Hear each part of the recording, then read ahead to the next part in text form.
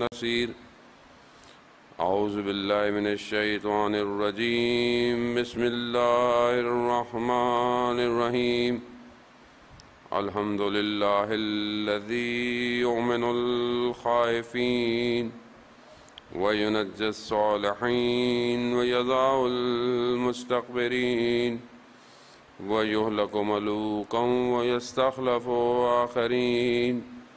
والصلاة والسلام على رسول ثقلين محبوب رب المشرقين والمغربين جد الحسن والحسين نبينا سيدنا بالقاسم محمد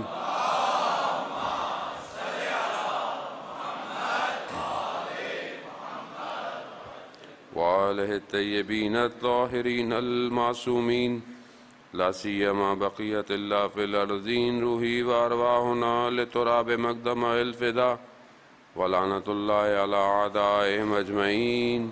بسم الله الرحمن الرحيم. رب اشرح لي صدري ويسر لي أمري واحلل عقدة من لساني يفقهوا قولي.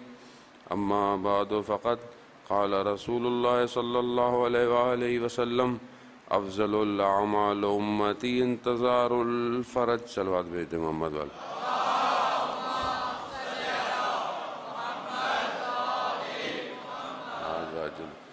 عزاداران شہید الشہداء، ایام عزا اور مجالس ہر طرف ہر جگہ قائم اور دائم ہیں، لیکن بہرحال ان مجالس میں آپ شرکت کرتے ہیں. آپ کی بھی اپنی ایک ذمہ داری ہے کہ بہرحال آپ اپنا خیال رکھیں، اور اگر خدا نخواستہ آپ کی طبیعت صحیح نہیں ہے یا آپ کو بہرحال کوئی بھی چیز ہے تو آپ دوسرے کا خیال رکھیں تاکہ جو ہے وہ کوئی اور عزادار جو ہے وہ مریض نہ ہو جائے. جس حد تک ممکن ہے بہرحال SOPs پہ عمل کریں اور اس سلسلے کو جاری رکھیں. اور یہ بھی پروردگار نے دنیا کو دکھا دیا کہ دنیا میں جتنی بھی مشکلات ہو جائیں، جتنے لاک ڈاؤن ہو جائیں، جتنا بھی ہو جائے، مگر حسینی عزاداری نہیں چھوڑیں گے. لوگ گھروں میں بیٹھے رہے لیکن ہر گھر عزادار بن گیا، ہر گھر عزا خانہ بن گیا. اور میں یہ سمجھتا ہوں کہ جتنی شاید اس لاک ڈاؤن سچویشن میں کوارنٹائن میں ذکر ہوا ہے وہ کبھی بھی ذکر نہیں ہوا ہوگا. یعنی پہلے لوگ جمع ہوتے تھے، ایک جگہ پر لوگ ذکر کرتے تھے، اب لوگ بکھرے ہوئے تھے تو خدا نے آن لائن ہواؤں میں بھی حسین حسین کروا دیا.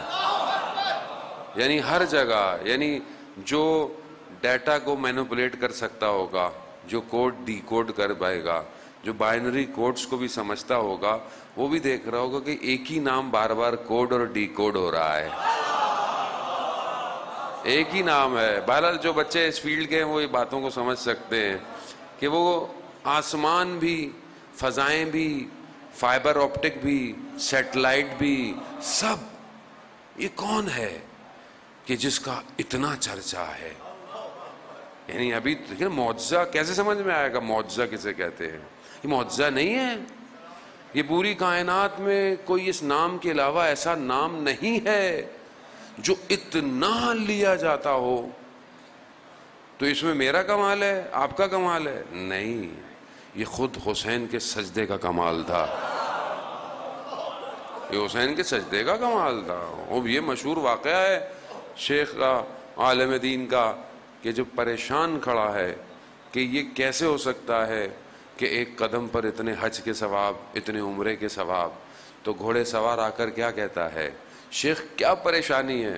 کہا میں یہ سوچ رہا ہوں یہ کیسے ممکن ہے کہ زیارت پہ جاتے وقت ہر ایک قدم پہ ہزاروں گناہ جھڑ جاتے ہیں، کیسے ممکن ہے؟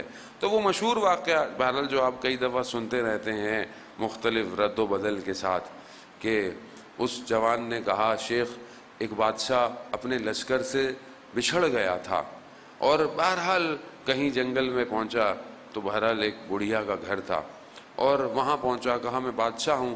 اس بوڑھی خاتون کے پاس جو کچھ تھا بہرحال ایک جانور تھا، اس کو ذبح کیا اور اس کا پیٹ بھرا. پھر بہرحال یہ واپس پہنچا تو اس نے اپنے جو ہے وہ جو بھی وزیر مشیر جتنے بھی تھے کہا میں اس کی کیا خدمت کروں. کہا کہ آپ اس نے ایک جانور قربان کیا، آپ اس کو 100 دے دیں، کہا کم ہے، کہا 500 دے دیں، کہا وہ بھی کم ہے۔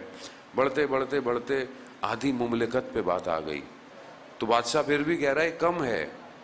تو پھر وزیروں نے کہا پھر بادشاہ کیا ہے، کیا پوری حکومت دیں گے؟ کہا اگر میں پوری حکومت بھی دے دوں تو بھی کم ہے۔ کہا کیوں؟ کہا کہ جب میں اس کے پاس گیا تھا تو یہ رعایا تھی، میں بادشاہ تھا، اب اس کے پاس جو تھا اس نے دے دیا، جو تھا دے دیا، اب میں بادشاہ ہوں، اگر میں سب دے بھی دوں تو بھی مجھے اس کا شکریہ ادا کرنا پڑے گا۔ تو وہ جوان کہتا ہے شیخ حسین کے پاس جو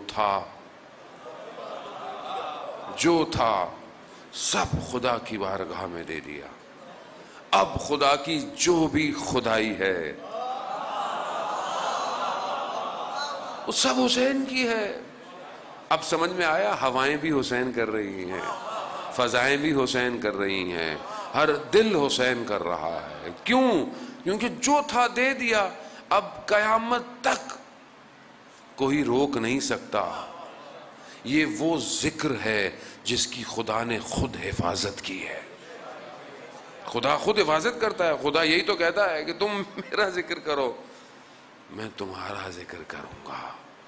تو یہی ہے، جس نے زیادہ ذکر کیا اسی کا ذکر ہے جو قائم ہے۔ عزیزان محترم، ہم یہ سمجھیں کہ جب کائنات اسی محور پہ گھوم رہی ہے تو ہم کیوں دور ہیں، ہمیں بھی تو قریب ہونا ہے۔ عزیزان محترم، یہی وہ در ہے جو بچائے گا، یہی در بچاتا ہے۔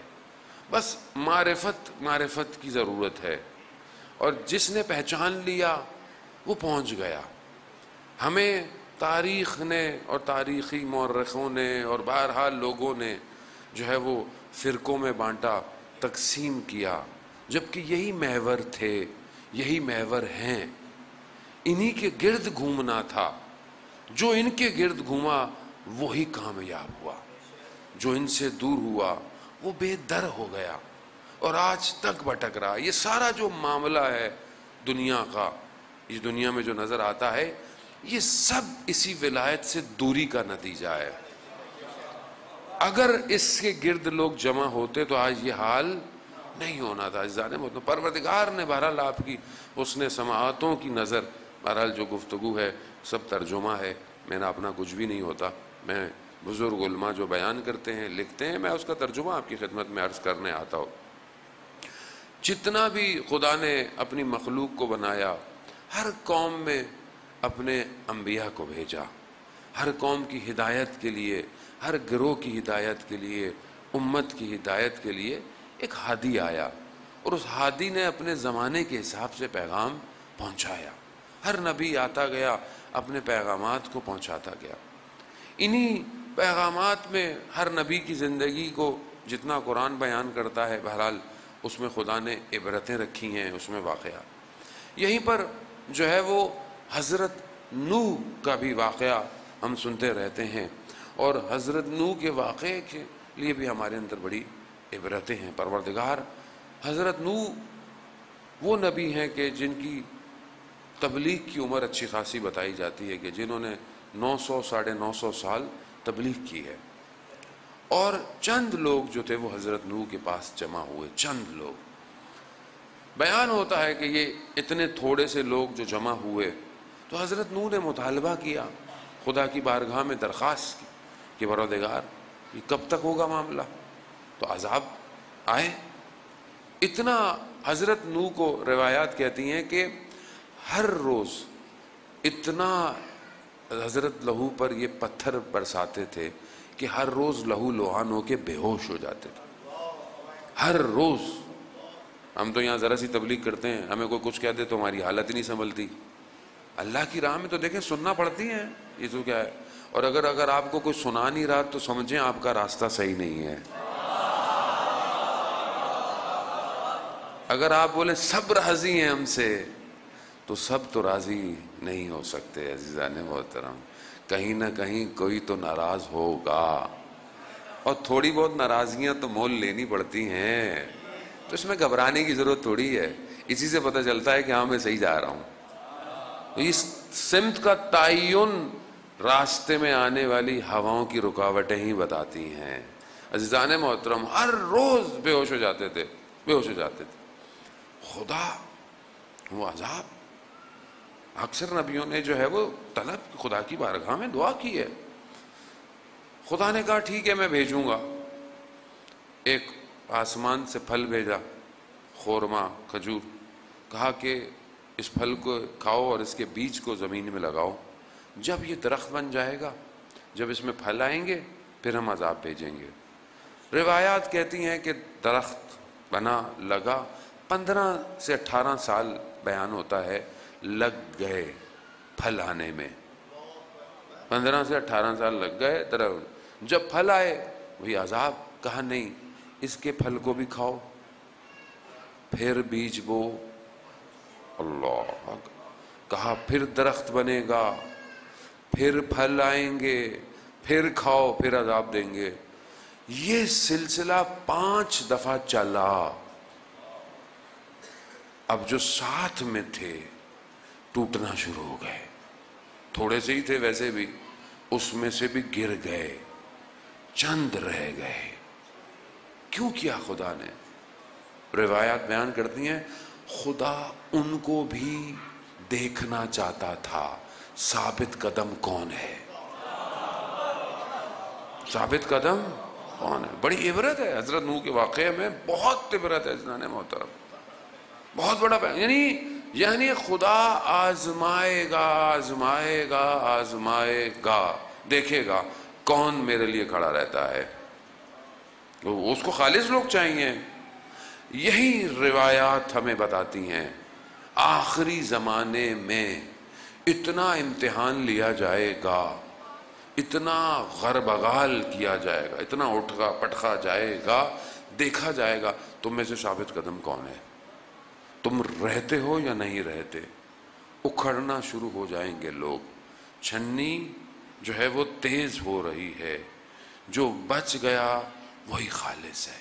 یہ پیغام ہے عزیزان محترم، ہر نبی کے دور میں بہرحال مختلف ہیں، ہر جگہ سے مختلف۔ اسی لیے حضرت نوح نے جب کشتی بنانا شروع کی، جب کہا کہ اب ٹھیک ہے ہو گیا کشتی بناؤ، اب جب کشتی بنانا شروع کی تو اس زمانے میں پانی نہیں تھا، پہلے کشتیاں بھی نہیں تھیں، یہ پہلی چیز تھی جو بن رہی تھی۔ اب جب یہ بن رہی تھی تو پھر لوگ دیکھ رہے ہیں یہ کیا بنا رہے ہیں، یہ کیا ہے، کہا یہ پانی آئے گا، تو نہ پانی اس طرح تھا، نہ تیرنے کا کانسیپٹ تھا، تو لوگ مسخرہ کرتے تھے۔ حضرت نوح جب گزر رہے ہوتے تھے ان کے پاس سے تو ہنستے تھے اور تضحیک کرتے تھے، یہ کیا ہے، یہ کیا ہے، یہ کیا ہوگا۔ کہا یہ تیاری ہے، یہ آئے گا، یہ بچائے گا، لیکن لوگوں کی سمجھ میں نہیں آیا۔ عزیزان محترم، یہی تو کہا رسول خدا نے، اہل بیتی کا سفینۃ النوح، میرے اہل بیت حضرت نوح کے سفینے کی طرح ہے۔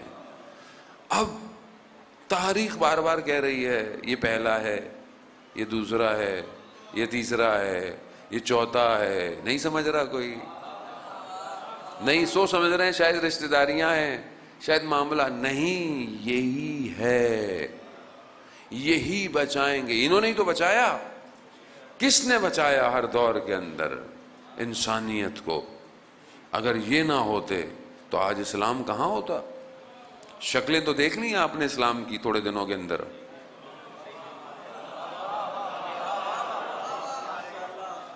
کیسا اسلام، کون سا اسلام؟ یہ جو آس پاس میں لوگ کیا کر رہے ہیں، کس کی ولایت سے نکل رہے ہیں، کس کی ولایت کے اوپر ہیں یہ؟ خدا قرآن میں کہہ رہا ہے کہ تم میری ولایت کی طرف متوجہ رہو، طاغوت کچھ نہیں تمہیں دے گا، اور یہ دنیا کی استکباری حکومتوں میں سمجھ رہے ہیں کہ یہ ہمیں بچائے گا، تعلقات جوڑ رہے ہیں، اپنے آپ کو سمجھ رہے ہیں کہ یہ نجات دیں گے، ہمارے فائننس کو یہ نجات دیں گے، ہمیں یہ بچا لیں گے۔ کس خوابوں خیالوں کے اندر ہو، یہ بچائیں گے؟ یہ کیسے بچائیں گے؟ تم ولایت الہی سے نکل کر ان کے گرد جمع ہو رہے ہو۔ مسلمان ہو یا مسلمان ہٹا دو، ہمیں پھر مسئلہ ہی نہ ہو، ہم بولے ہاں کافروں کے ساتھ برتاؤ کیسے کیا جاتا ہے. پھر دھوکہ دے رہے ہو مسلمانوں کو، اتنے عرصے تم نے دھوکہ دیا مسلمانوں کو، فریب میں رکھا، اور یہ پھر فریب کی شکلیں دیکھی آپ نے کیسی کیسی نکل کے باہر آئیں. سب اندر چھپی ہوئی منافقتیں تھیں، ظاہر ہو گئیں. آپ اس معاملات کو دوسرے زاویے سے دیکھیں، یہ لطف خفیف ہے، یہ لطف خدا کا. بھائی فتنہ ہوگا تو ہی تو پتہ چلے گا اصل کون ہے اور نقل کون ہے.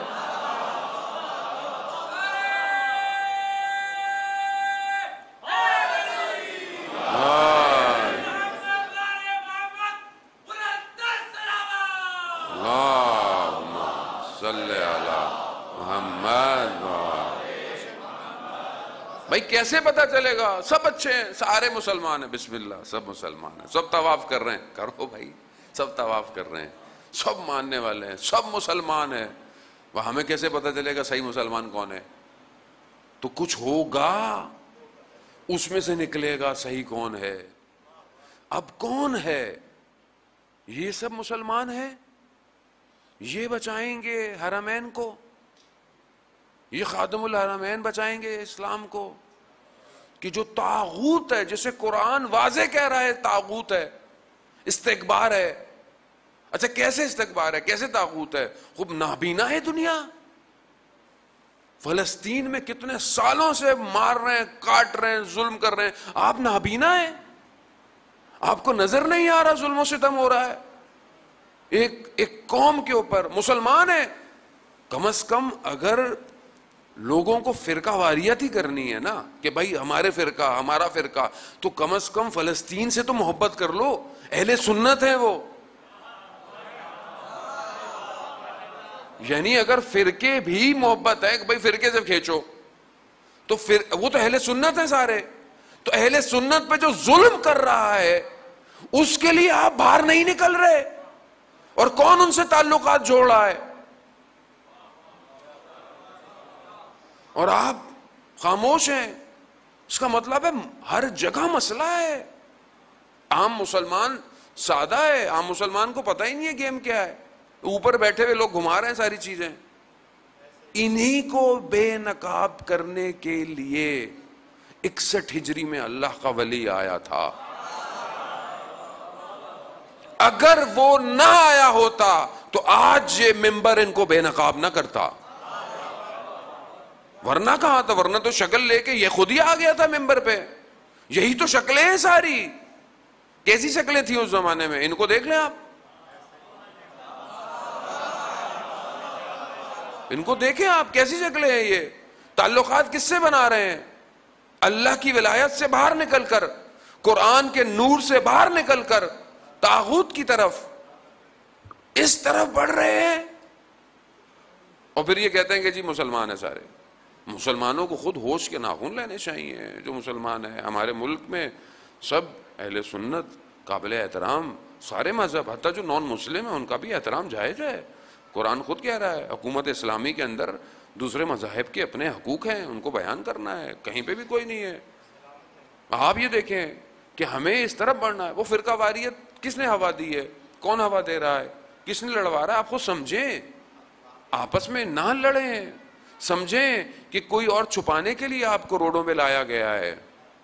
اگر آپ روڈوں پہ نہیں آتے اور یہ سارے معاملات سائن کر رہے ہوتے تو آپ باہر نکلتے پلے کارڈ نکل کر. کیوں؟ کیونکہ ہم سمجھ نہیں پائے اللہ کے نظام کو. اللہ نے کیوں نبیوں کو بھیجا؟ تاکہ اس طاغوت کی ولایت سے باہر آئیں. اور ہر زمانے میں طاغوت نے آ کر اپنی ولایت کو جانا، چاہے وہ کوئی بادشاہ تھا، چاہے وہ کوئی بھی شخص تھا جو مقابلے میں آیا. عزیزان محترم، اسے اس کشتی میں بیٹھنا ہے جو کہ نجات کی کشتی ہے. ہو سکتا ہے ابھی بہت سارے لوگوں کو یہ سمجھ میں نہیں آ رہا کہ پوری کائنات کو، دنیا کو وہ ایک منجی بچائے گا. ہو سکتا ہے سمجھ میں، ہم بار بار اس لیے کہتے ہیں کہ یہ وہی کشتی ہے جو تیار ہو رہی ہے اور عین اپنے وقت پر ظہور کرے گی. عین اپنے وقت پہ ظہور کرے گی. ابھی لگتا ہے آپ کو کہ شاید وہ پانی نہیں ہے, وہ مشکلات وہ اس طرح نہیں ہے, لیکن اب آہستہ آہستہ لوگوں کو سمجھ آ رہا ہے کہ کون دے گا, کون سا دنیا کا سسٹم ہے جو نجات دے گا. سوشلزم, کیپٹلزم, کمیونزم, سارے سسٹم ناکام ہو گئے ہیں. آپ کے سامنے امریکہ کے اندر مسلمان کی اپنی ویلیو نہیں ہے. کس طرح کالے مسلمان یا انسان جو بلیک ہیں ان کے ساتھ برتاؤ کیا گیا پچھلے دنوں. یعنی انسانیت ہے ہی نہیں, چاہے ہم بھی ہوں اسے کیا فرق پڑتا ہے. اس کا مطلب ہے کہ اپنا سسٹم بھی ناکام ہے, ناکام ہے, کامیابی نہیں ہے, انسان کی قدر ہی نہیں ہے. انسان جسے انسان کہا جائے, بینگ اے ہیومن, اس کی تو اخلاقی قدر ہونی چاہیے, نہیں ہونی چاہیے. ہم بھی یہ سمجھتے ہیں نہیں جی وہ ویسٹ بڑا اچھا ہے, وہاں کا قانون بڑا اچھا ہے جی, ہم وہاں گئے تھے, ہم نے دیکھا جی اسلام وہیں ہے, مسلمان نہیں ہے تو کیا ہوا, اسلام تو ہے. کہاں اسلام؟ ابھی کووڈ میں جب دکانیں بند تھیں تو یہ کیسے تھے انسان, یہ کون سا مذہب تھا جو ٹوٹ پڑا, کون سا مذہب تھا جس نے اصل انسانیت کے, یہاں پہ لوگوں نے دکانیں توڑ کر سودا خریدا ہے. تو مسلمان کہاں؟ اسلام ہمیں بتایا ہی نہیں گیا, اصل میں دھوکے میں رکھا گیا, فریب میں رکھا گیا. ابھی آپ ان کے کیمرے بند کر دیں ساروں کے, کیا کریں گے وہ لوگ؟ دنیا کی سب سے بڑی چوریاں ڈکیتیاں نیو یارک کی ہیں کہ چند منٹوں کے لیے لائٹ چلی گئی تھی. یو کے کے اندر جب کیمرے, سب سے زیادہ کیمرے یو کے میں بند ہوئے تو لوگوں نے کیا کیا, وہاں پر لوگوں کی نہیں, وہاں پر جانوروں کو تربیت دی گئی ہے. اندر چھپا ہوا وحشی ہے. یہی وحشی تو ہے جو نہیں دیکھ رہا کہ یمن میں میزائل گرا دو, عراق میں مار دو. 20 لاکھ عراقیوں کو مار دیا ہے انہوں نے. کیا تھے؟ انسان تھے یہ. ہمیں دھوکے میں رکھا گیا. یہ طاغوت ہے.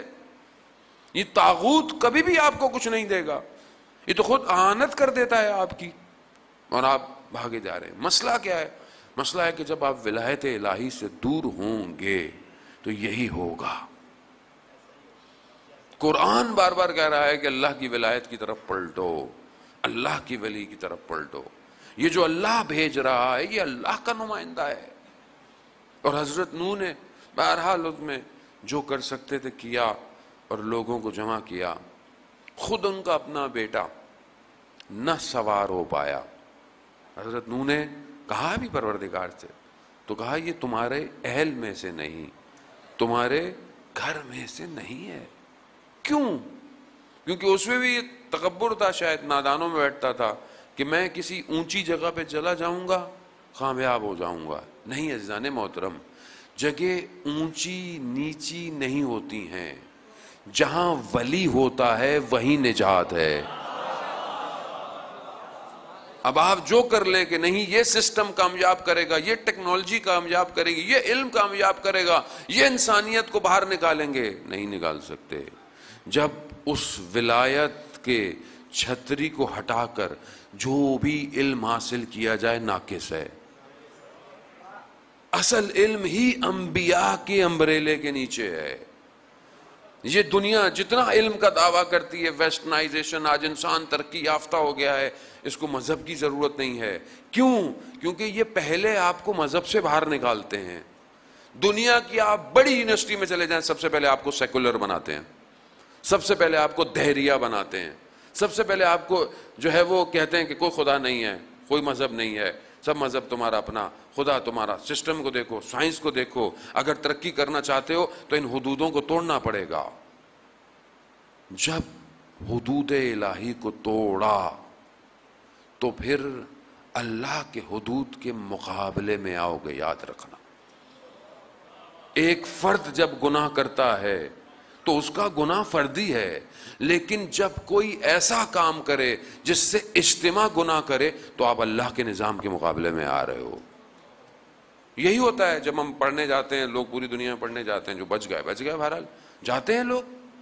سب سے پہلے آپ کو یہی کیا جاتا ہے. طریقہ یہی ہے کہ پہلے باطن کو نجس کرو, جب اس کی سوچیں نجس ہو جائیں گی اس کے بعد. بہرحال آپ دیکھیں دنیا ہمارے یہاں بھی ایسی ہے, جتنے بڑی بڑی یونیورسٹیاں جائیں آپ, مال دیکھیں آپ کیسا ہے, نشہ, مکس گیدرنگ، نہ محرم، محرم کو تمہارے یہاں ویسی کانسیپٹ نہیں ہے، کوئی ایسا نہیں ہے، سب آپس میں ملیں جلیں اٹھیں بیٹھیں. کیا کرنا ہے؟ نظام الہی کو پہلے توڑواؤ. پہلے یہ حدود توڑے گا تو پھر شیطان کی اس میں آئے گا. یہی کرتا ہے، پھر یہی پڑھ لکھ کے بڑا بن جاتا ہے، کوئی ڈائریکٹر بن جاتا ہے، کوئی افسر بن جائے گا، کوئی کل کو وزیر بن جائے گا. تو اس سے آپ کیا توقع رکھیں گے؟ اس سے آپ کیا ترکیں؟ جتنے بھی اکثر ہوتے ہیں یہ سب وہیں ہوتے ہیں. یہ آپ جتنے بڑے بڑے، آپ کیا سمجھ رہے ہیں کام ایسے چلتا ہے؟ جس بڑے وزیر کے آپ نام وام مجھے لینے کی ضرورت نہیں ہے غیر کسی کے، آپ دیکھیں اس کا بچہ وہاں ہے، اس کا بچہ وہاں ہے، فلانی یونیورسٹی میں پڑھتا ہے، فلانی یونیورسٹی میں پڑھتا ہے. اس کی دوستی کس سے ہوتی ہے؟ اس کا دوست کون بنتا ہے؟ کون اس کا دوست بن کر اس کے باپ سے کام کروا رہا ہے؟ تعلقات بناتے ہیں وہ فلانا سینیٹر یہاں کے سینیٹر کے بیٹے کے ساتھ، فلانا وہاں سے فیڈ کیا جاتا ہے. تم نہیں جانا ہے، تم ہی جاؤ گے، ہم تمہیں اوپر لے کر آئیں گے. یہی آتے ہیں. پھر آپ ان سے امید رکھیں گے یہ آپ کی اسلام کی بقا کے لیے کام کریں گے؟ جس نے اپنی راتوں کو خدا کے حدود توڑنے میں گزارا ہو، وہ علم آ کر انسانیت کو ارتقا دے گا. اس لیے بہت ضروری ہے عزیزان محترم، اگر جوان پڑھنا چھوڑ دیں اور وہ بھی پاک نہ پڑھیں. کیسا وہ جوان تھا جو انقلاب جب آیا تو وہ واپس آیا، وہ بھی پڑھنے گیا ہوا تھا، 16 سال بعد واپس آیا سرزمین پر اپنی، اور اس نے اپنی ماں سے یہی جملہ کہا. اور کہاں کس مقام پہ تھا کہ اس کے مرنے شہادت کے بعد بھی اس کے نوٹس پڑھائے جاتے تھے. پلازما فزکس کا سب سے اوپر سٹوڈنٹ تھا وہ شہید ڈاکٹر چمران. 16 سال بعد واپس آیا اور اپنی ماں سے کہتا ہے، ماں جتنا سالم گیا تھا اتنا ہی سالم واپس آیا ہوں. یعنی کیا؟ یعنی یہ ہے ماں، وہ اثر دکھایا. اتنا بڑا آدمی آ کر جو ہے وہ بالکل کرد کے بارڈروں پہ لڑ رہا ہے. کس مقام پر؟ امام خمینی کیا کہتے ہیں؟ چمران مرد بزرگ بود.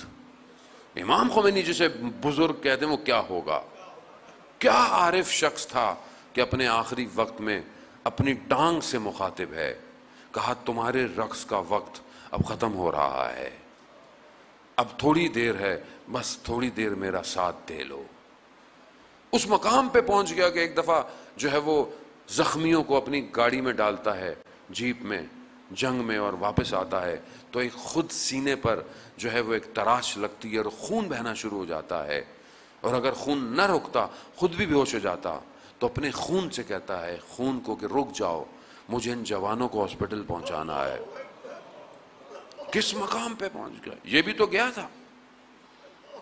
عزیزان محترم، ایسے ہی تو لوگ چاہیے امام کو کہ جو دنیا میں جہاں بھی جائیں، پڑھیں، علم حاصل کریں، جو بھی ہے، لیکن اپنے باطن کو پاک رکھیں اور پھر پلٹیں، بنائیں اس کو، ملک کو. جب سب ہی کرپٹ ہو جائیں گے تو یہ نظام کیسے چلے گا اوپر؟ کہاں بلائیں گے امام کو؟ یہ ذمہ داری ہے ہماری عزیزان محترم، ہر فیلڈ میں پڑھنے کی، ہر ایجوکیشن ہو، چاہے گورنمنٹ ہو، چاہے جو بھی ادارہ ہو، اس میں پاک لوگوں کی ضرورت ہے تاکہ پاک فیصلے ہو سکیں. جب ذہن عالی ہوں گے تبھی ان ذہنوں پر کوئی چیز اترے گی. جب ذہنی نجس ہو تو پھر کہاں اللہ کا نجوہ اس کے اوپر آئے گا؟ ہمیں اسی طرح پڑھنا ہے. پروردگار قرآن میں یہی کہہ رہا ہے، خود یہ بنایا، لوگوں کی سمجھ میں نہیں آئی، لوگ اعتراض کرتے رہے، لوگ ہنستے رہے، مگر پانی آ گیا. جب روئے زمین پہ پانی بھر گیا، وہ الگ بحث ہے پانی کہاں تک تھا. علامہ طباطبائی نے اس کو بہت ڈیٹیل میں بحث کیا ہے تفسیر المیزان میں. پانی جو ہے وہ پورے روئے زمین پر آ چکا تھا، اور چند ماہ کہتے ہیں یہ کشتی پانی میں رہی، اور اس کے بعد پھر جب پانی خشک ہونا شروع ہوا تو اس نے اپنے آپ کو، جس جگہ پہ ہم دیکھتے ہیں مسجد کوفہ میں، وہ مقام ہے جہاں پر یہ کشتی آ کر لگی. کشتی بھی بتا رہی ہے آخری حکومت کہاں بننے والی ہے. خدا اپنا نظام پہلے سے کر رہا ہے، حادثاتی کچھ نہیں ہے، یاد رکھیے گا.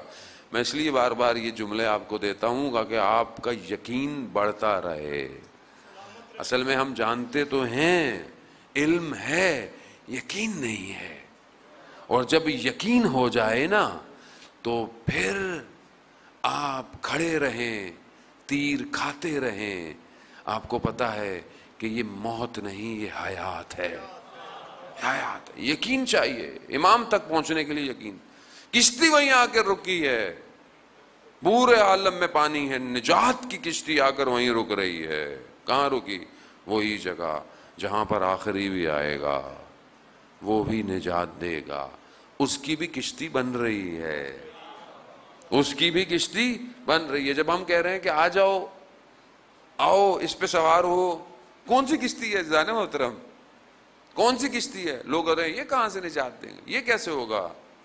اپنے ہی لوگ مسکرا رہے ہیں، اپنے ہی لوگ ہمارا مذاق اڑاتے ہیں جب کہہ رہے ہیں کہ یہ جو نظام ہے مرجیت کا،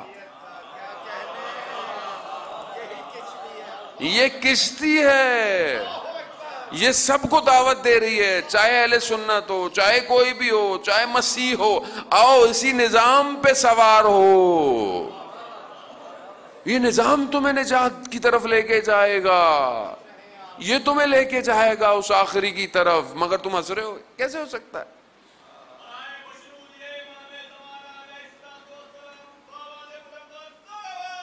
اللہ صلی علی محمد آل محمد. عزیزان محترم، کون نجات دے گا مجھے آپ بتائیں؟ کس کے پاس نجات ہے؟ آج پرچم کس کے ہاتھ میں ہے؟ کس نے نجات دیا؟ یعنی اگر آپ کو زبانی باتیں سمجھ نہیں آتی تو انسان تھوڑا بہت تو انٹرنیٹ جانتا ہے، خبریں جانتا ہے. اس پورے خطے کو نجات کس نظام نے دیا؟ کس نے نظام دیا؟ یہی تو ہے. عراق کو بچایا، سیریا کو بچایا. کون ہے جو یمن فلسطین کے لیے کھڑا ہوا ہے؟ کون ہے جو لبنان کو، سب کو کون بچا رہا ہے؟ یہی علماء، یہی مراجع. اور آپ کہہ رہے ہیں نہیں نہیں، ہنس رہے ہیں بڑھ کھڑے ہو گئے. یہ کیا ہوگا؟ ان کو کیا پتا، ان کو کیا پتا عزاداری کیا ہوتی ہے، انہیں کیا پتا ماتم کیا ہوتا ہے، انہیں کیا پتا. بھائی آپ کو پتا ہے تو آپ کر لو، آپ کرو، سب کرو. لیکن اگر آپ کو سمجھ میں نہیں آتا وہ مسئلہ نہیں ہے. دیکھیں ہر آدمی کی دو بلوغت ہوتی ہیں، ایک بلوغت جسمی ہے، ایک بلوغت عقلی ہے. بلوغت جسمی میں احکام انسان کے اوپر شرعاً آ جاتے ہیں، یہ واجب ہے، یہ حلال ہے، یہ حرام ہے، یہ آپ کو کرنا ہے، یہ آپ کو. لیکن آدمی بڑا بھی ہو جائے، اگر بلوغت عقلی نہ ہونا تو نظام سمجھ میں نہیں آتا. سمجھے نظام کو، دھوکہ نہ کھائیں. اور سب اصل میں اندر سے جانتے ہیں، سمجھنا چاہتے ہیں، سمجھتے ہیں. اور یہ دعوت سب کے لیے ہے، ایک دو لوگوں کے لیے نہیں، سارے فرقوں کے لیے دعوت ہے. بڑے بڑے اہل سنت کے علماء نے جو وہ بیان دیا ہے کہ اگر کوئی صحیح ہادی بھی ہے، اگر کوئی صحیح ہمیں آج بچا سکتا ہے اس طرف، تو یہی مراجع ہیں. کیونکہ ہم نے ان کے جملوں میں، ان کی سیرت میں، ان کی زندگی میں دیکھا کہ یہی اسلام کے پرچم کو بلند کیے ہوئے ہیں. یہ طاغوت کے مقابلے میں جھکتے نہیں ہیں. ان کا ایک جملہ نکلتا ہے تو کاخ سفید ہلنا شروع ہو جاتا ہے. یہی ہے، اسی لیے پوری طاقت لگاتے ہیں کہ مراجعوں کے خلاف ہر طریقے سے جو ہے وہ بہرحال جو بھی. لیکن ختم اب کیا کریں گے، سازشیں ختم ہو گئی. ان کے مقابلے میں کوئی نہیں آ سکتا. یہ وہ کشتی ہے عزیزان محترم، نہیں سمجھ میں آ رہی نہ سمجھیں آپ.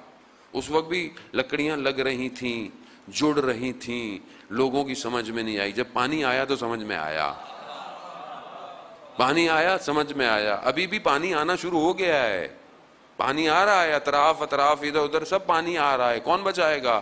مسئلہ نہیں ہے. ہمیں تو بہرحال پتہ ہے کہ ظاہر ہے جب تک صاحب زندہ ہو اور جس کو صاحب کی تائید ہو، اس کے جملوں سے پتہ چلتا ہے کہ کوئی اس کے سر پہ ہاتھ رکھے ہوئے ہے. ورنہ ہر آدمی خوف میں مبتلا ہے، چاہے جان کا ہو چاہے مال کا ہو. کیسے ایسے جملے ادا ہوتے ہیں؟ اس کا مطلب ہے کہ کوئی صاحب ہے، کوئی صاحب ہے جو بچا رہا ہے. عزیزان محترم، آیت اللہ اصفہانی، ابو الاصفہانی، جو کہ بہت بڑے اپنے زمانے کے مراجع تھے اور اس مقام پر تھے کہ وہ ایک عالم دین کہتے ہیں کہ میں حج سے واپس آیا تو میں آقا کی خدمت میں پہنچا، آقا کی خدمت میں بیٹھا ہوا، تو میں نے باتوں باتوں میں تھوڑا ناراض ہو گیا، تھوڑا سا غصہ آ گیا، کہا کہ آپ یہاں نجف میں بیٹھے ہوئے ہیں، آپ سامرا جائیں، آپ وہاں جائیں، امام وہاں سے گئے، آپ کو وہاں بیٹھنا چاہیے تھا۔ خاموش رہے، سنتے رہے۔ خط پڑے ہوئے تھے، کہا خطوں کو اٹھاؤ، کہا فلانا خط کھولو، جانتے تھے کس کی طرف سے ہے، کہا کھول کے دیکھو، وقت کے امام نے ہمیں خود بھیجا ہے کہ یہاں بیٹھو، لوگوں کے مسئلے حل کرو۔ کس مقام پر ہے عزیزان محترم؟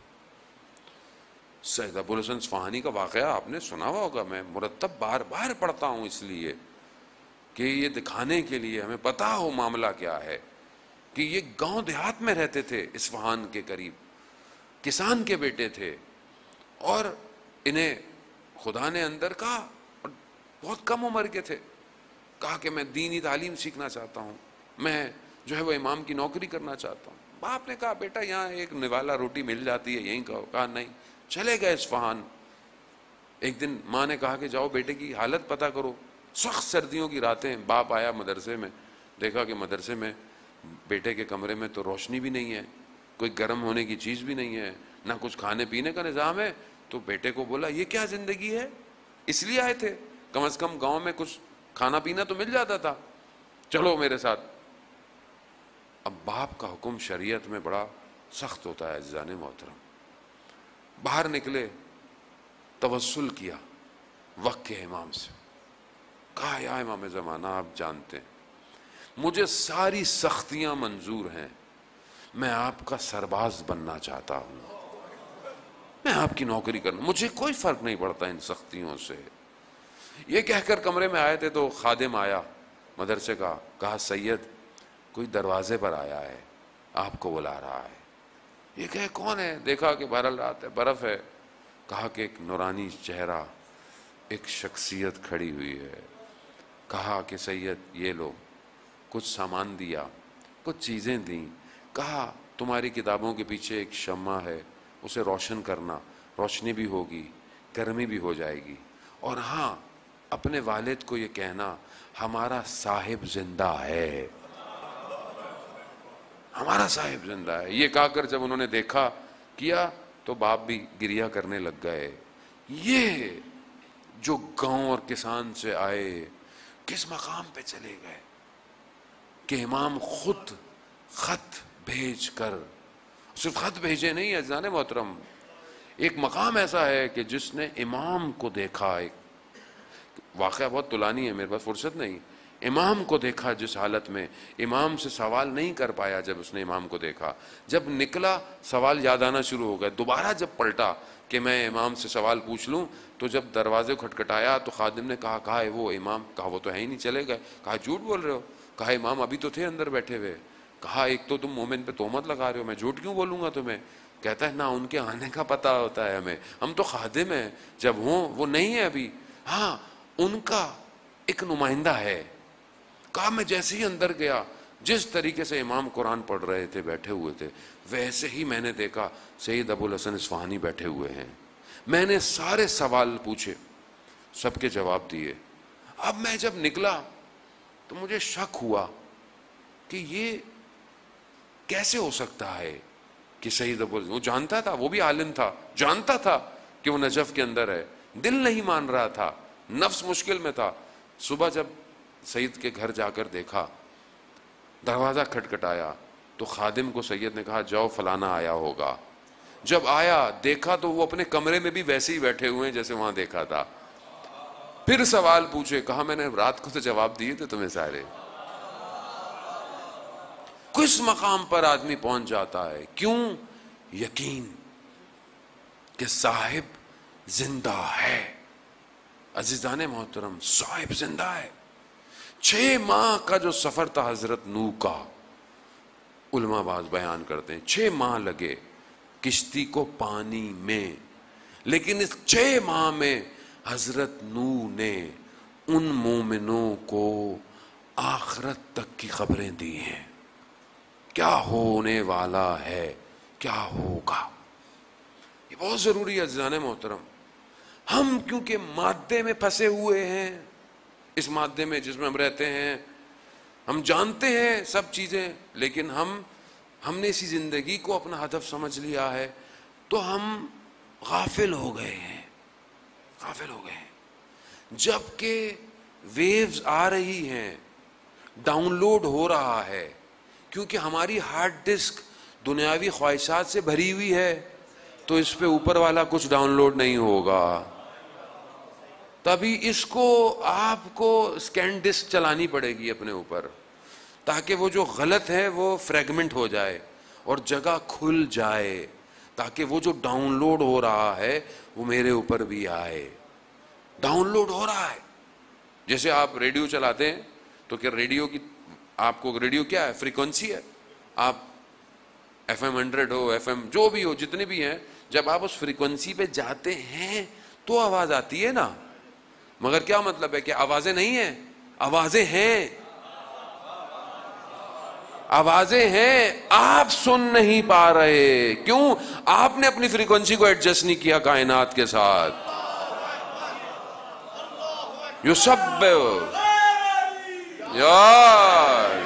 یسبح للہ ما فی السماوات وما فی الارض، تسبیح کر رہی ہے ہر چیز زمین اور آسمان کی۔ مجھے نہیں آ رہا، کیوں؟ میں ایڈجسٹ نہیں کر رہا فریکوینسی کو۔ ایڈجسٹ تو کرو تو نظر آئے گا۔ اینا، کہاں ہے زمین اور آسمان کے متصل ہونے کا سبب؟ کہاں ہے وہ؟ کون ہے جو زمین آسمان کو متصل کر رہا ہے؟ ہم تو جملے ہی نہیں سمجھ پاتے، کیونکہ ایک تو ہم لوگوں کو ادھر ادھر کی باتوں میں اتنا پھنسا دیا گیا ہے کہ ہم ہدف پہ پہنچ نہیں پا رہے۔ ہدف یہی ہے کربلا کا، یہی ہے کہ کربلا پہنچو تو تمہیں پتا چلے گا کہ ظہور میں کیسے آنا ہے۔ کربلا دعوت دے رہی ہے عزیزان، بہرحال آپ کی زحمتیں خدا قبول کرے، آپ کے حسن سماعت۔ اور واقعاً انسان مسلسل پہلی محرم سے آپ تو سنتے سنتے بھی انسان، بہرحال باڈی ہے، ظاہری بدن ہے، اس کے تقاضے ہیں، ظاہر ہے انسان تھک بھی جاتا ہے، ظاہری چیزوں سے تھک جاتا ہے، لیکن کیونکہ ذکر ان کا ہے کہ جو ساری تھکاوٹوں کو دور کر دیتے ہیں، نہ صرف دور کرتے ہیں بلکہ روح کو تر و تازہ کر دیتے ہیں۔ کیونکہ پتہ ہے روح کو کہ کہیں نہ کہیں ہم نے عالم ارواح میں انہی کی ولایت کے لیے بیعت کی ہوئی ہے، اس لیے روح بیٹھی ہوئی ہے یہ ساری، ورنہ بدن نہیں بیٹھ سکتا جان۔ ہم خود پتہ نہیں کتنے دن ہو گئے اور پڑھے جا رہے ہیں، روز سوچتے ہیں پتہ نہیں کیسے آج لوگ سنیں گے۔ مسلسل تو سن ہی رہے ہیں، آن لائن بھی سن رہے ہیں، ہر چیز سن رہے ہیں، آپ یہاں دیکھ رہے ہیں، دنیا بہرحال دیکھ ہی رہی ہے، مسلسل دیکھ رہی ہے، لیکن کیوں؟ بہرحال وہ ذکر ایسا ہے جب وہ آتا ہے تو خود بخود تر و تازہ کر دیتا ہے۔ یہی نام ایسا ہے، اسی نام کے صدقے میں علی علی کر کری، یہاں سے بھی گزرنا ہے، وہاں سے بھی گزرنا ہے، یہی بچائے گا۔ وہ ہم نے خود نہیں کہہ رہے، رسول فرما گئے جنت جہنم کو تقسیم کس نے کرنا ہے؟ تمہارے اعمال کا میزان کون ہے؟ ایمان کون ہے؟ وجہ اللہ کون ہے؟ عین اللہ کون ہے؟ ید اللہ کون ہے؟ جب یہیں رخ متوجہ ہوں تو پھر کیوں توجہ کو ہٹائیں ان سے؟ یہی محور ہیں ساری توجہات کا، اسی طرف متوجہ رہیں عزیزان محترم۔ قیامت میں لوگوں کو بعض مقامات جنت کی طرف گھسیٹا جائے گا، نہیں جائیں گے۔ کیوں نہیں جا رہے ہو ان مقامات پہ بہشت کے؟ کہا ہماری جنت حسین ہے، ہم اس کے گرد گھومنا چاہتے ہیں، ہمیں اس کے پاس جانا ہے۔ ہاں عزیزان محترم، آج مرزوق بہت بڑے مرثیہ خواں تھے، روزے مصاحب پڑھا کرتے تھے عراق میں، بہت لوگوں نے بلایا، اور قدیمی ماتمداری جو تھی 2 ہاتھ کی، انہی نے جو ہے وہ شروع کیا تہران میں، نہیں آتے تھے۔ ایک دن خواب میں امام حسین کو دیکھا، امام حسین آئے، کہا کہ جاؤ حاج مرزوق وہاں جاؤ اور وہاں عزاداری کرو۔ آ گئے، زندگی گزر گئی، بہرحال شدید مریض ہوئے، آخری جب محسوس ہوا کہ ایام آخری ہیں تو اپنے ایک دوست کو بلایا، بہت قریبی دوست تھا، اور اسے کہا کہ آج میں تمہیں ایک راز کی بات بتاتا ہوں۔ کہا کہ چند دنوں پہلے میں شدید بخار میں مبتلا تھا، اور اس وجہ سے، بخار کی وجہ سے میرا جو ہے وہ گلا خشک ہو گیا، مجھے پانی کی طلب ہوئی۔ میں نے اپنی بیٹیوں کو آواز دی، میری 3 بیٹیاں، ایک راضیہ، ایک مرضیہ، ایک فاطمہ۔ میں نے پہلی بیٹی کو بلایا راضیہ، تو دیکھا ایک نقاب پوش بی بی تشریف لائی۔ حیا نے مجھے کچھ بولنے نہ دیا، خواب میں نہیں، مشاہدہ کر رہا ہے، بیدار ہے۔ جب میں نے کہا مرضیہ، تو وہ بی بی اور آگے بڑھی، مجھ سے پھر کچھ نہ بولا گیا۔ جب میں نے کہا فاطمہ، تو اس خاتون نے کہا ہم آ گئے ہیں نا، کیا چاہیے؟ کہا بی بی آپ کا ادب احترام اجازت نہیں دیتا کہ آپ سے میں کچھ تقاضا کروں۔ کہا حاج مرزوق ساری زندگی ہماری نوکری کی ہے، لوگ بھول سکتے ہیں احسانوں کو، یہ گھر نہیں بھولتا، وہ بھی ایسی نوکری۔ اللہ اکبر۔ کہا ساری زندگی تم نے ہماری نوکری کی ہے، اب کچھ ہم بھی تمہارے لیے پانی چاہیے۔ کہا بی بی نے ایک پانی کا گلاس دیا۔ کہا میری بچپن سے عادت تھی، جب پانی ہاتھ میں آتا تھا تو کہتا تھا صلی اللہ علیہ یا ابا عبداللہ۔ کہا میں نے یہ جملے کہے، بی بی نے گریا شروع کر دیا۔ نام بیٹے کا سنا۔ کہا حاج مرزوق ہمارے لیے مصائب نہیں پڑھو گے؟ بیمار ہے، شدید بیمار ہے۔ کہا بی بی ڈاکٹروں نے منع کیا ہوا ہے کہ اس حالت میں تم مصائب نہیں پڑھو، لیکن آپ کہتی ہیں تو ضرور پڑھوں گا۔ بی بی کون سے مصائب پڑھوں؟ اللہ اکبر۔ ماں جانتی ہے بیٹے کو کس کا غم تھا، بیٹے کو بیٹے کا غم زیادہ تھا۔ کہا حاج مرزوق علی اصغر کے مصائب پڑھو۔ اللہ اکبر، اللہ اکبر۔ خدا آپ کے بچوں کو سلامت رکھے۔ باب الحوائج ہے یہ بچہ باب الحوائج ہے۔ بڑے بڑے مراجع علماء کی میں نے سیرت میں پڑھا ہے، وقت نہیں میں بیان کروں، بڑے بڑے۔ کہا کہ جو کچھ ہمارے پاس ہے، یا ہم کہیں پھنس جاتے تھے نا، تو ہم نے اس بچے سے توسل کیا ہے، اس بچے نے ہمیں باہر نکالا۔ جس جگہ کا سب سے چھوٹا ایسا ہو، وہاں بڑے کیسے ہوں گے۔ یہ بچہ عزیزان محترم یہ بڑا اسٹریٹجیکل آیا ہے، یہ ایسے نہیں آیا۔ یہ بچہ وہ وقت آیا جب امام نے استغاثہ بلند کیا، جب کوئی بھی نہیں ہے، سب جا چکے ہیں۔ کبھی تلوار کو زمین سے لگ کے امام دائیں دیکھتے ہیں، بائیں دیکھتے ہیں، آئینہ آئینہ مسلم، آئینہ آئینہ ہانی ابن عروہ، آئینہ آئینہ حبیب ابن مظاہر۔ کہاں ہو؟ کہاں ہے سب؟ کہاں ہے علی اکبر؟ اسی عالم میں میرا مولا کہتا ہے حل من ناصر، ہے کوئی میری نصرت کرنے والا، ہے کوئی میری مدد کر؟ اللہ، غربت امام حسین ہے عزاداران موت۔ یہ جملے ادا ہوئے اس مبارک دہان سے تو دیکھا خیموں میں شور اٹھا۔ میرے مولا خیموں میں پلٹے، کہا بہن میں نے نہیں کہا تھا جب تک میں زندہ ہوں شور نہیں کرنا، گریہ نہیں، کہا نہیں۔ جب سے آپ نے یہ کہا ہے نا غربت کا اعلان، تو ایک بچہ ہے جو کسی آغوش میں نہیں آ رہا، ہر آغوش میں اس کو رکھا ہے لیکن اسے چین۔ امام نے کہا لاؤ مجھے دے دو۔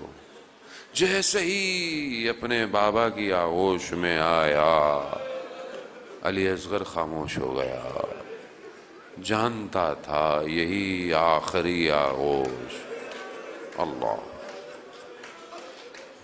کون سمجھے وہ ماں کس طرح اس ماں نے علی اصغر دیا ہوگا، کیسے دیا ہوگا؟ یہ تو مائیں سمجھتی ہیں نا بچے کو۔ چھوٹا بچہ ویسے بھی ماں کی آغوش میں خاموش رہتا ہے، لیکن یہاں اسے پتا ہے کہ کوئی اور نوکری ہے۔ آیا امام نے اپنی عبا میں لپیٹا، لے کر چلے۔ دشمن سمجھا کہ امام قرآن لا رہے ہیں، قرآن نہیں تھا، قرآن کا چھوٹا سورہ تھا۔ آپ مصائب سنتے رہتے ہیں، میں بس تیزی سے اپنے آخری جملوں کی طرف بڑھوں گا۔ عزاداران محترم، امام نے جو ہے وہ خطاب کیا کہ تمہیں اگر مجھ پہ رحم نہیں ہے تو اس پہ رحم کرو، اس پہ رحم کرو۔ جب لوگوں نے دیکھا تو کہتے ہیں اشکیا کے لشکر میں بھی لوگوں نے رونا شروع کر دیا، گریہ شروع کر دیا۔ اور اس سے پہلے کہ یہ چھوٹا بچہ جنگ جتوا دیتا، اس لعین نے حرملہ کو کہا، حرملہ اس ناطق قرآن کے چھوٹے سورے کو خاموش کرو۔ کیسا خاموش کیا؟ تیر، اللہ اکبر،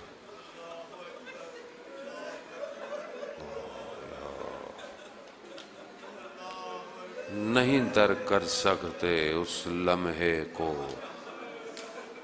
کہ جہاں حسین اس پھول کو پانی دینے لایا تھا۔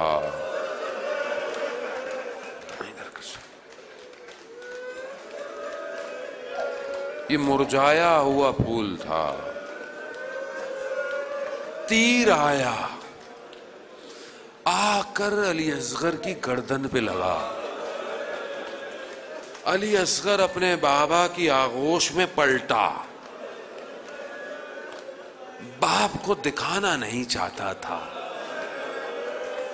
وہ مسکراہٹ وہیں رہ گئی۔ سنیں گے جملے۔ مقتل کیا کہتا ہے؟ مقتل یہ نہیں کہتا کہ تیر نے علی اصغر کو ذبح کیا، نہیں، تیر نے علی اصغر کو نہر کیا۔ جیسے اونٹ کو نہر کیا جاتا ہے نا، وہاں لگا کہ یہاں تک کہ تیر میرے مولا کے بازوؤں میں پیوست ہوا، خون سے سیراب ہوا ہے علی اصغر۔ خون نہ آسمان لے رہا ہے نہ زمین لیتا ہے، اپنے خضاب لگایا علی اصغر کے خون کو۔ بس اب کیا ہے، کہاں جائے؟ ہائے سلام اس ماں پر کہ جو سائے میں نہ بیٹھی کبھی، کیسا جگر ہوگا اس کا۔ دو روایتیں ہیں مقتل میں کہ میرے مولا خیمے لے کے گئے، لیکن کوہرام تھا، لے لیا، لیکن لے کے کیسے گئے؟ جو صبح سے بدن کو لا رہا ہے، لاشوں کو لا رہا ہے، وہ کیسا ہوگا؟ لیکن نہ جانے اس بدن میں کیا تھا کہ یہ بدن بھاری ہو گیا۔ ایک قدم آگے، انا للہ و انا الیہ راجعون، ایک قدم پیچھے، میرے مولا سے قدم نہیں بڑھائے جاتے۔ علی اصغر کا وجود اتنا سنگین ہوا میرے مولا کے لیے کہ یہاں پر خیمے نہیں گے، روایات بعض کہتی ہیں خیموں سے رخ کو موڑا، خیموں کے پیچھے گئے، اپنی تلوار سے ننھی سی قبر بنائی، علی اصغر کو سلایا۔ اب کہتے ہیں امام سے اٹھا نہیں جاتا تھا، آواز غیب آئی، حسین اٹھو، ریت کو جھاڑ کر نہ جانے حسین کیسے اٹھا مجھے نہیں پتا۔ مقتل خاموش ہے کہ کیا وجہ تھی کہ خیموں کے پیچھے چھپایا تھا۔ شاید امام کے ذہن میں ہو کہ روز عاشوراء یہ نیزے لے کر جنازوں کو گننے آئیں گے، نہ جانے کہیں کسی نیزے میں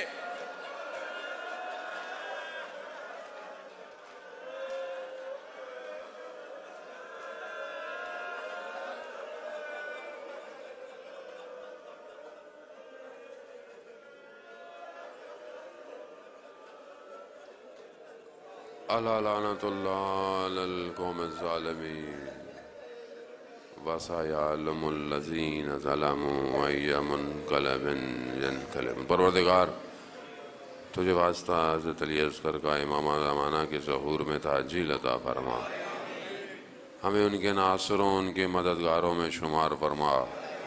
پروردگار تجھے واسطہ اس باب الحوائج کا جو بے اولاد ہیں انہیں اولاد صالح عطا فرما۔ پروردگار جو بچے مریض ہیں ڈاکٹر جواب دے چکے ہیں، تجھے واسطہ علی اصغر کا انہیں شفائے کاملہ اور عاجلہ عطا۔ پروردگار تجھے واسطہ اس باب الحوائج کا ہماری سزاداری کو اپنی بارگاہ میں قبول فرما۔